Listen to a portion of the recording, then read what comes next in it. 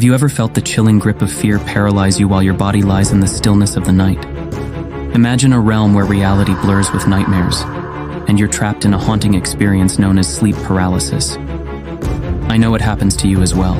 A terrifying nightmare where an evil spirit or ghost comes to you and grasps you so tight you can't neither move nor speak. If yes, then this video is specially for you.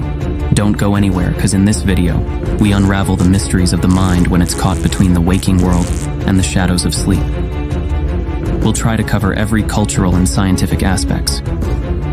If you think we missed something, don't hesitate to let us know in comment section.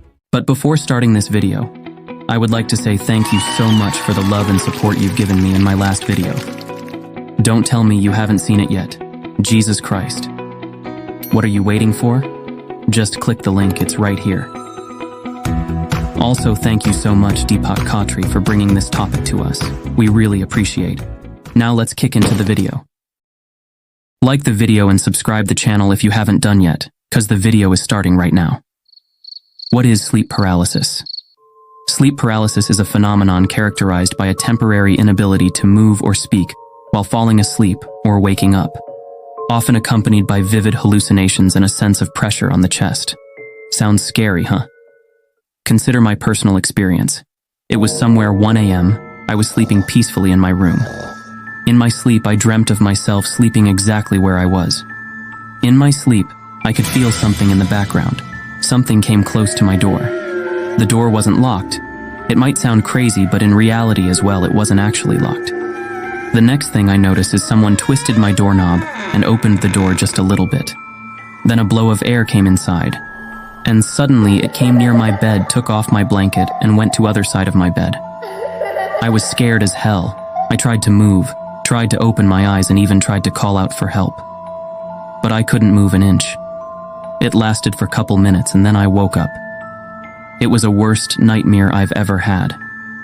If you have ever faced anything like this, don't forget to share it with us. We love hearing from you. Now, why it happens? What's the reason? Is it an evil spirit attacking us when we are vulnerable, or it's some sorts of mind games? What does different culture and religion says about this phenomenon? And what does science have to say about this? Lastly, what can we do to prevent this terrifying situation? Let's see cultural aspect first. Various cultures around the world have interpreted sleep paralysis in diverse ways, often attributing the experience to supernatural or paranormal entities. In some cultures, it's linked to folklore creatures like demons, witches, or malevolent spirits that are believed to visit and immobilize individuals during sleep. Others associate it with alien abductions or mystical encounters. For example, in parts of Africa, it's known as the old hag syndrome, where an old witch is believed to sit on the chest of the person, causing the paralysis. Let's see religious side as well. In some Christian traditions, it might be associated with demonic attacks. People might perceive the phenomenon as a struggle between good and evil, with the immobilization representing a form of spiritual oppression. In Islam, it is often attributed to supernatural entities known as jinn. Some believe that certain jinn can disturb individuals during sleep, causing paralysis and vivid hallucinations. And by the way, I have video about jinn in my channel. Don't forget to check it out. Moving on, in some Hindu traditions, it might be attributed to supernatural entities or forces. It could be seen as a spiritual experience, potentially involving encounters with deities, spirits, or otherworldly beings. Additionally, some might view it through the lens of karma or spiritual energy. But how do I prevent it? What guidance does religion gives us? But before that, do you know what's the fastest growing religion in the world? Yes, Islam. It's amazing that in 1990, 1.1 billion people were Muslims, while in 2010, 1.6 billion people were Muslims. It's just the beauty of Islam. May Allah protect all of my viewers. Now back to video. In many religions, seeking protection through prayer is a common practice. In Christianity, some individuals may recite specific prayers for spiritual strength and protection against negative forces, while Muslims may recite certain verses from the Quran as a form of protection. Seeking refuge in Allah and reciting specific prayers before sleeping are believed to provide spiritual safeguards. Other traditions may involve rituals, ceremonies, or offerings to appease or protect against spiritual entities that could be associated with sleep paralysis. And lastly, in Hinduism, mantras and prayers. Hindus may use specific mantras or prayers for protection. The recitation of sacred texts or the repetition of particular chants can be seen as a means to ward off negative energies. Me personally, I belong to Hindu community. So every time I'm in this situation, I start chatting Om Namah Shivaya or Jai Shri Ram. And after I wake up, I recite Hanuman Chalisa and ask protection from Bajrangbali. It makes me feel more safe and protected because they say,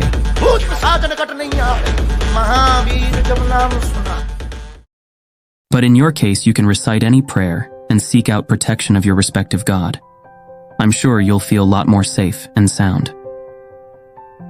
Now let's dive towards scientific and psychological explanations. What phenomenon is this? What triggers sleep paralysis? And how we can avoid this from happening? But before that, like the video and subscribe the channel.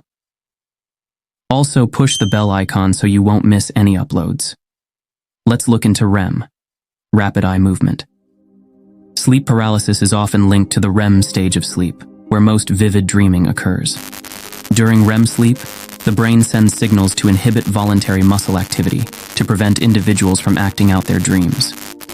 Sleep paralysis can occur when these signals persist briefly into the waking state, causing a temporary inability to move or speak. It's not easy to understand human mind, just to prevent you from waking and kicking people around you. It paralyzes your body.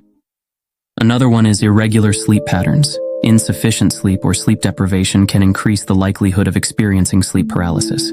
Disturbed sleep can disrupt the normal transitions between sleep stages, making individuals more susceptible to this phenomenon. So make up your sleep schedule and follow it. Another is psychological factors such as stress and anxiety are associated with a higher incidence of sleep paralysis.